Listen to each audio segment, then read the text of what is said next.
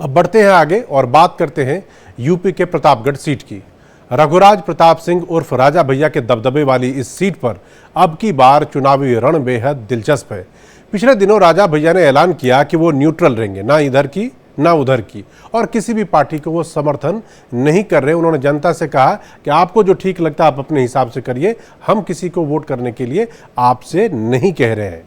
इससे बीजेपी की टेंशन बढ़ गई, क्योंकि प्रतापगढ़ सीट पर राजा भैया का दबदबा अच्छा खासा है, उनका इम्पैक्ट अच्छा खासा है। अगर उनके समर्थक जिस भी पार्टी की तरफ जाते तो उनको फायदा हो सकता था, ठाकुर वोटों का भी इजाफा हो सकता था। अगर वो समाजवादी पार्टी के साथ गए तो ऐसे में तस्वीर पलट सकती है। राजा भैया को मनाने के लिए और अपनी तरफ करने के लिए बीजेपी ने काफ़ी मशक्कत भी की। गृह मंत्री अमित शाह के साथ राजा भैया की मुलाकात हुई। उसके बाद बीजेपी के दूसरे लीडर संजीव बालियान जैसे लोग भी जाकर राजा भैया से मिले, लेकिन बात बनी नहीं। प्रतापगढ़ सीट से अगर प्रत्याशियों की बात की जाए तो बीजेपी ने एक बार फिर से वहां के मौजूदा सांसद संगम लाल गुप्ता को ही उतारा है। उनके खिलाफ समाजवादी पार्टी ने कुर्मी नेता एसपी सिंह पटेल को टिकट दिया है, क्योंकि इस बार वो ओबीसी वोटर वहां पर निर्णायक भूमिका निभा सकते हैं। बीएसपी ने ब्राह्मण चेहरे पर दांव खेलकर जातीय गणित सेट किया है। प्रतापगढ़ सीट पर इस बार का मुकाबला इसलिए भी कांटे का है क्योंकि पिछले विधानसभा चुनाव में समाजवादी पार्टी यहां पर बीजेपी पर भारी पड़ी थी। दूसरी तरफ बीजेपी से कहा जा रहा है कि ठाकुर भी नाराज हैं। ऐसे में अगर राजा भैया का समर्थन उन्हें नहीं मिलता है तो मुकाबला बहुत दिलचस्प, बहुत रोचक हो जाएगा।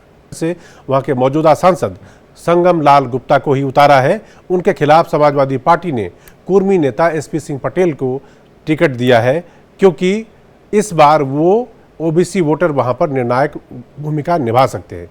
बीएसपी ने ब्राह्मण चेहरे पर दांव खेलकर जातीय गणित सेट किया है। प्रतापगढ़ सीट पर इस बार का मुकाबला इसलिए भी कांटे का है क्योंकि पिछले विधानसभा चुनाव में समाजवादी पार्टी यहां पर बीजेपी पर भारी पड़ी थी। दूसरी तरफ बीजेपी से कहा जा रहा है कि ठाकुर भी नाराज हैं। ऐसे में अगर राजा भैया का समर्थन उन्हें नहीं मिलता है तो मुकाबला बहुत दिलचस्प, बहुत रोचक हो जाएगा।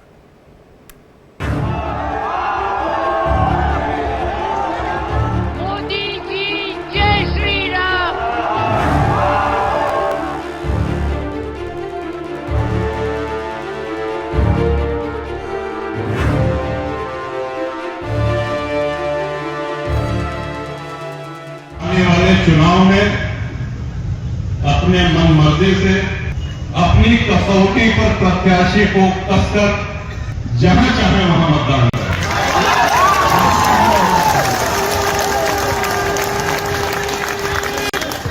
अरे मैं बोलो फिर हम कहते हैं बस है, कुछ लोग किसी को मतदान करना चाहेंगे, कोई किसी को करना चाहेगा। हमारे लिए यही खुशी की बात है ये जो आप गले में और माथे पर जो आज जनसत्ता का झंडा, ये झंडा हमेशा चमकता रहेगा। राजा भैया की गढ़ प्रतापगढ़ में इस बार चुनावी सरगर्मियां चरम पर है। पिछले दिनों राजा भैया ने ऐलान किया कि उनकी पार्टी चुनाव में न्यूट्रल रहेगी, ना तो बीजेपी को समर्थन देगी और ना ही समाजवादी पार्टी के पक्ष में खड़ी रहेगी। कुंडा से विधायक राजा भैया का इलाके में काफी दबदबा है। उनके ऐलान ने बीजेपी की टेंशन बढ़ा दी है, क्योंकि पिछले दिनों बीजेपी से ठाकुरों की नाराजगी की खबरें आई थी और कुछ दिन पहले राजा भैया ने गृह मंत्री अमित शाह से मुलाकात की थी। तब कयास लगाए जा रहे थे कि वो बीजेपी का समर्थन करेंगे, लेकिन ऐसा नहीं हुआ। राजा भैया के रुख से प्रतापगढ़ में चुनाव दिलचस्प हो गया है और बीजेपी ने इस सीट पर पूरी ताकत झोंक दी है। महलों में पैदा होने वाले इन शहजादों को ना मेहनत की आदत है और ना ही नतीजे लाने की। इसलिए कहते हैं देश का विकास अपने आप होगा, और कहते क्या है विकास कैसे होगा? बोले खटाखट खटाखट। अरे कोई इनके दिमाग को भी जरा बता दो कि अब रायबरेली की जनता भी खटाखट खटाखट खटाखट भेजेगी घर। अमेठी से गए, रायबरेली से भी जाएंगे। प्रधानमंत्री नरेंद्र मोदी ने प्रतापगढ़ में 16 मई को बड़ी जनसभा की। उसके पहले गृह मंत्री अमित शाह और सीएम योगी भी रैली कर चुके हैं। प्रतापगढ़ में बीजेपी ने इसलिए पूरी ताकत झोंक रखी है क्योंकि विधानसभा चुनाव में यहां पार्टी को हार का सामना करना पड़ा था। बीजेपी सिर्फ एक सीट यहां जीत पाई थी, एक सीट पर अपना दल जीती थी और बाकी की 3 सीटों पर 2 पर समाजवादी पार्टी और 1 पर कांग्रेस ने कब्जा जमाया था। प्रयागराज वाले और गाजीपुर के जो बड़े बड़े पहले इनके इर्द गिर्द इनके सिपह सालार थे ना, वे सब मिट्टी में मिल गए हैं, इसलिए इनको चक्कर आने लगता है कि अभी तो यह हाल है। 400 पार होंगे तो पता नहीं क्या होगा फिर। हमने कहा 400 पार इसलिए चाहिए जिससे पाक अधिकृत कश्मीर को भारत माता का हिस्सा बनाया जा सके। प्रतापगढ़ की राजनीति में यहाँ के 3 राजघरानों का दखल हमेशा रहा है, जिसमें एक राजा भैया का राजघराना है। 17 लोकसभा चुनाव में से 10 बार राजघराने से जुड़े उम्मीदवार जीते हैं। हालांकि इस बार राजघराने से कोई भी प्रत्याशी मैदान में नहीं है।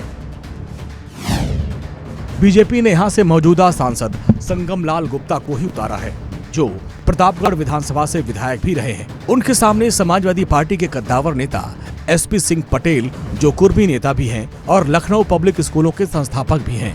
वहीं बीएसपी ने जातीय गणित को साधते हुए सवर्ण चेहरा उतारा है और प्रथमेश मिश्रा को टिकट दिया है।